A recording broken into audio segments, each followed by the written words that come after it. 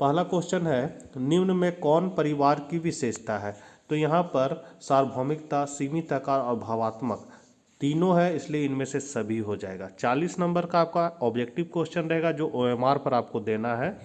उसके बाद आपका बाकी 40 नंबर का उत्तर पुस्तिका पर देना है। दूसरा क्वेश्चन है, बहुपति विवाह किस जनजाति में पाया जाता है? तो खस में। राष्ट्रवाद का अर्थ है तो समान सामाजिक पृष्ठभूमि, समान जाति पृष्ठभूमि, समान भौगोलिक पृष्ठभूमि। इनमें से कोई नहीं, इसका सही आंसर है इनमें से कोई नहीं। निम्नलिखित में कौन भारतीय समाज की विशेषता है? तो इनमें से सभी। जमींदारी उन्मूलन अधिनियम किस वर्ष पारित किया गया? तो 1951 में। चाचा नातेदारी के किस श्रेणी के अंतर्गत आता है? तो द्वितीयक श्रेणी। पंचायती राज में कितने स्तर हैं? तो 3 स्तर है। संस्कृतिकरण की अवधारणा किसने विकसित की? तो एम एन श्रीनिवास ने। मुंडा विद्रोह का नेतृत्व किसने किया था? तो बिरसा मुंडा ने। पंचायत समिति का अध्यक्ष कौन होता है? तो प्रमुख। चिपको आंदोलन संबंधित है तो वृक्षों की रक्षा से। सामुदायिक विकास योजना का मुख्य उद्देश्य निम्नलिखित में से क्या था? तो गांवों का सर्वांगीण विकास। हिंदू विवाह अधिनियम पारित हुआ 1955 में। किसने कहा नागरिकता एक जीवन पद्धति है? तो विर्थ ने। उदारीकरण से क्या अर्थ निकलता है? तो उदारीकरण से मुक्त बाजार व्यवस्था का। स्वामी सहजानंद सरस्वती का संबंध है तो वो है किसान आंदोलन से। C2 किस राजनीतिक दल से जुड़ा हुआ है? तो CPM से।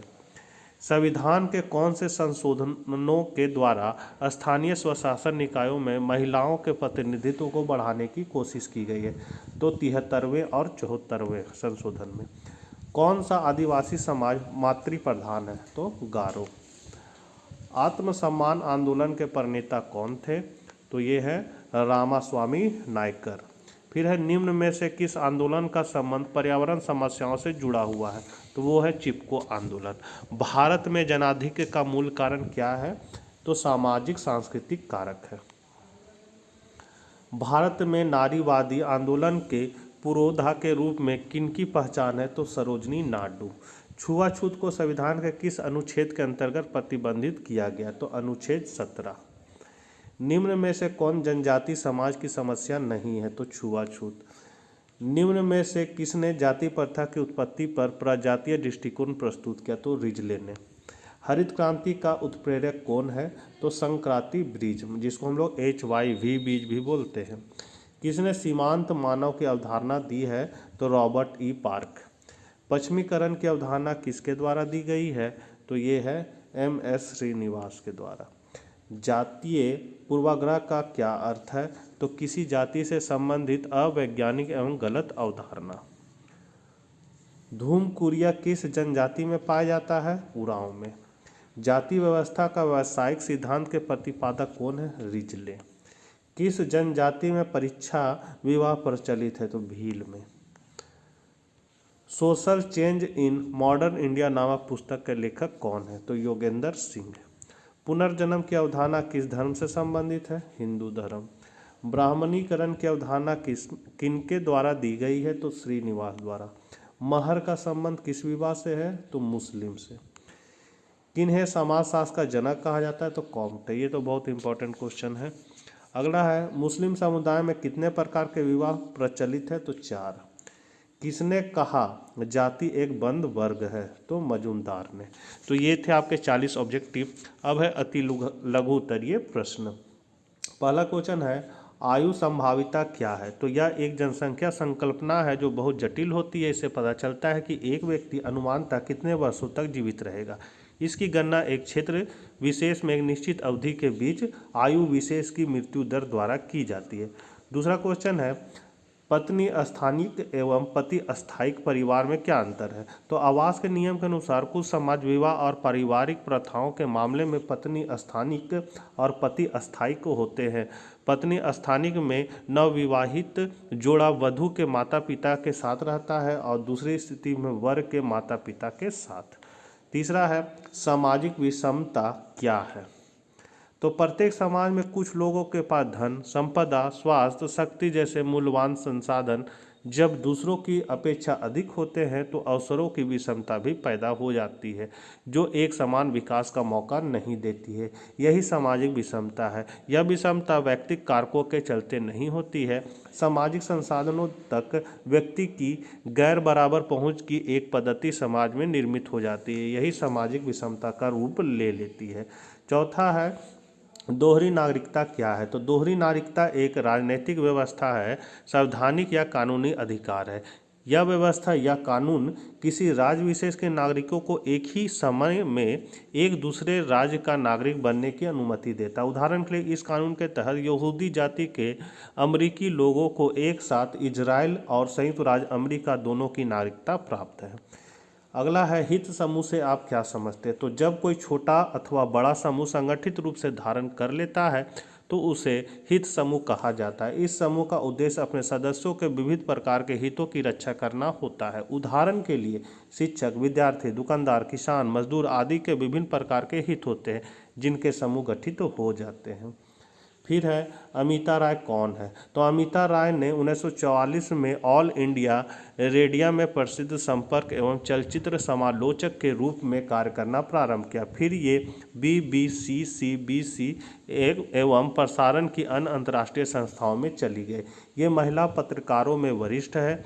फिल्म, रेडियो और दूरदर्शन समालोचनाएं और मुख्य समाचार के स्तंभ लिखने के लिए ये जानी जाती है।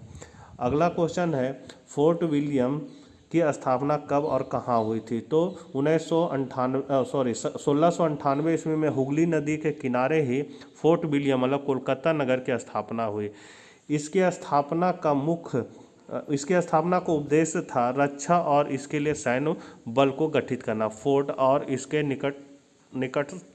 निकटस्थ खुला क्षेत्र था जहां सैन्य बलों के डेरे थे। यह खुला क्षेत्र, जिसे मैदान कहते हैं, ही कलकत्ता नगर का केंद्र बना और यहीं से शहर का विस्तार एवं विकास हुआ। अब है लघु उत्तरीय प्रश्न।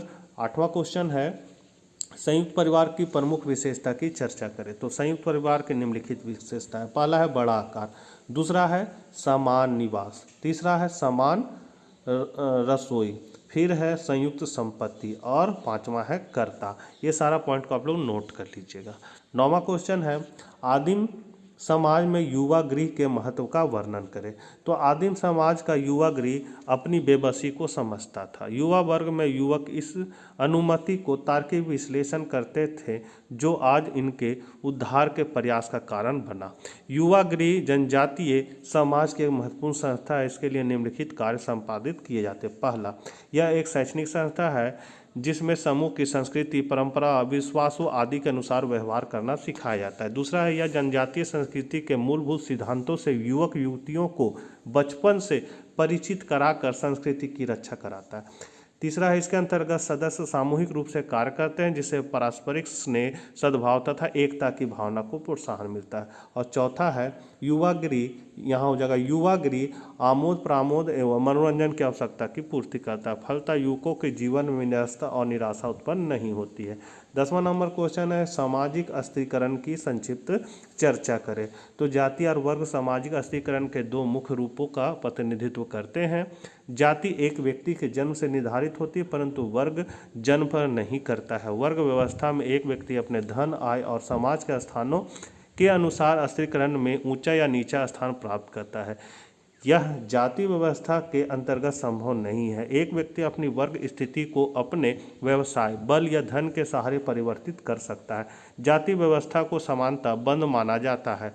समाजशास्त्री M.N. श्रीनिवासन का मत है कि संस्कृतिकरण और पश्चाताकरण की प्रक्रिया के द्वारा गतिशीलता हमेशा ही संभव है। वर्ग संरचना में एक व्यक्ति द्वारा अपनी इच्छा और क्षमता के अनुसार अपने व्यवसाय को इतनी आसानी से परिवर्तित नहीं किया जा सकता। 11 क्वेश्चन है भारत में स्त्री एवं पुरुष अनुपात। तो आयु विशेष से संबंधित स्त्री पुरुष अनुपात का लेखा जोखा भी जनसांख्यिकीय का एक महत्वपूर्ण पक्ष है। 0 से 6 वर्ष आयु वर्ग के स्त्री पुरुष अनुपात को बाल स्त्री पुरुष अनुपात समझा जाता है। सभी आयु वर्गों के समग्र स्त्री पुरुष अनुपात से बाल स्त्री पुरुष अनुपात समानता बहुत ऊंचा रहता आया है। लेकिन अब इसमें ह्रास होता जा रहा है। 12वां नंबर क्वेश्चन है, जातिवाद सामाजिक एकता में बाधक है कैसे? तो जातिवाद एक ऐसी विचारधारा है जिसमें एक जाति के लोग दूसरे की अपेक्षा अपने को श्रेष्ठ मानते हैं और अपनी जाति का सहारा लेकर अन्य जाति के मानने वाले लोगों के साथ बुरा व्यवहार करते हैं। जातिवाद घृणा और हिंसा को जन्म देता है। यह प्रवृत्ति निंदनीय है। एक सोची समझी शरारत के द्वारा भी जातिवाद को बढ़ावा दिया जाता है और राजनीतिक सत्ता को हथियाने और आर्थिक सुविधा को पाने की अनाधिकार चेष्टा से जुड़ा रहता है। जातिवादी मानसिकता वाले भोले भाले लोगों की भावना को भड़काकर जातिवादी एवं सांप्रदायिक मतभेद पैदा करने का प्रयत्न करते हैं।